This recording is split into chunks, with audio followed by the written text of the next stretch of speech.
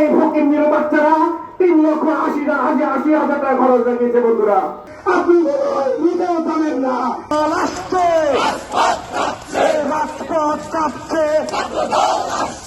হই হই রই রে, ফান্ডের টাকা গেল কই, তোর ধর তোরে তোরে চলে ধর, তোর ধর।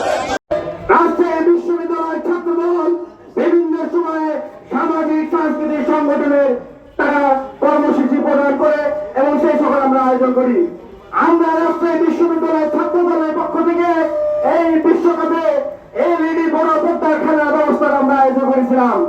যে বড় পর্দা আমরা ব্যবহার করা হয়েছিল, সে একই বড় পর্দা ওই তথাকথিত রাকসুর ফকিন্নির বাচ্চারা ব্যবহার করেছিল, যারা আমরা রাকসুতে LED খরচ বাবদ 50,000 টাকা খরচ করেছিলাম। এই ফকিন্নির বাচ্চারা 3,80,000 টাকা খরচ রেখেছে। বন্ধুরা, আপনারা জানেন, যখন বিশ্ববিদ্যালয়ে ভর্তি বছর শুরু হয়, আমরা রাজশাহী বিশ্ববিদ্যালয়ের শিক্ষা ছাত্র দলের নেতৃবৃন্দ শিক্ষার্থীদের কল্যাণে এবং আয়োজনে তাদের শিক্ষা এই ভর্তি বছর যাতে সুন্দরভাবে হয় বিভিন্ন বুথ স্থাপন করি। রাজশাহী বিশ্ববিদ্যালয়ের পক্ষ থেকে প্রতিটি বিল্ডিং এর বুথের সামনে আমরা বুথ স্থাপন করেছি, যার বুথ বাবদ খরচ করা হয়েছিল 1,000 থেকে 1,500 টাকা। এই ফকিন্নির বাচ্চারা এই বুথ বাবদ একটি বুথ বাবদ হিসাবে প্রায় 3 লক্ষ টাকা খরচ করতে দেখেছে। আজকে এক শিক্ষার্থী রাকসুর এক সম্পাদককে জিজ্ঞেস করছে, 8 লক্ষ টাকা তুমি মেরে খেয়ে দিলা? ফকিন্নির বাচ্চা উত্তর দেয়, আমি জমি কিনেছি, আমার বাড়ি নির্মাণ হবে, বাড়ি নির্মাণ হলে তুমি মেলাদ পড়া দিতে আসো। আরে ফকিন্নির বাচ্চা, এটা তোর বাপের টাকা না, এটা রাজশাহী বিশ্ববিদ্যালয়ের শিক্ষার্থীদের টাকা, এটা আমার কিশোর বাবার টাকা, এটা আমার রিক্সাওয়ালা বাবার টাকা, এই টাকা তো বাচ্চা জমি কেনার জন্য হয়নি। বন্ধুরা, করবো না, বক্তব্য সুস্পষ্ট, অনেকে বিলম্বে রাজশাহী বিশ্ববিদ্যালয় প্রশাসনের পক্ষ থেকে তদন্ত কমিটি প্রদান করতে হবে এবং এই ফকিন্নি বাচ্চা চোররা যারা রাজশাহী বিশ্ববিদ্যালয়ের শিক্ষার্থীদের টাকা মেরে খেয়েছে, সে টাকা উত্তোলন করে রাজশাহী বিশ্ববিদ্যালয়ে আবার ফেরত দিতে হবে।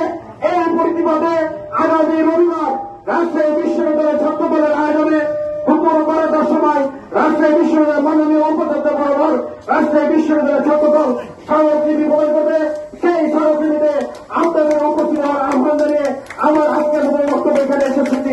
বাংলাদেশ থেকে সালাউদ্দিন আম্মার সাংবাদিকদের বিরুদ্ধে যে একটি বাজে মন্তব্য করেছেন, আমি যে সম্মানের উদ্দেশ্যে বলতে চাই, আপনি যে সুপরিকল্পিত ভাবে 1 লক্ষ টাকা প্রত্যেক সন্তানের জমা রেখেছেন, আপনি নিজেও জানেন না আপনার পরিবারের জন্ম হয়েছে সুপরিকল্পিত খারাপ প্রোটেকশন দ্বারা।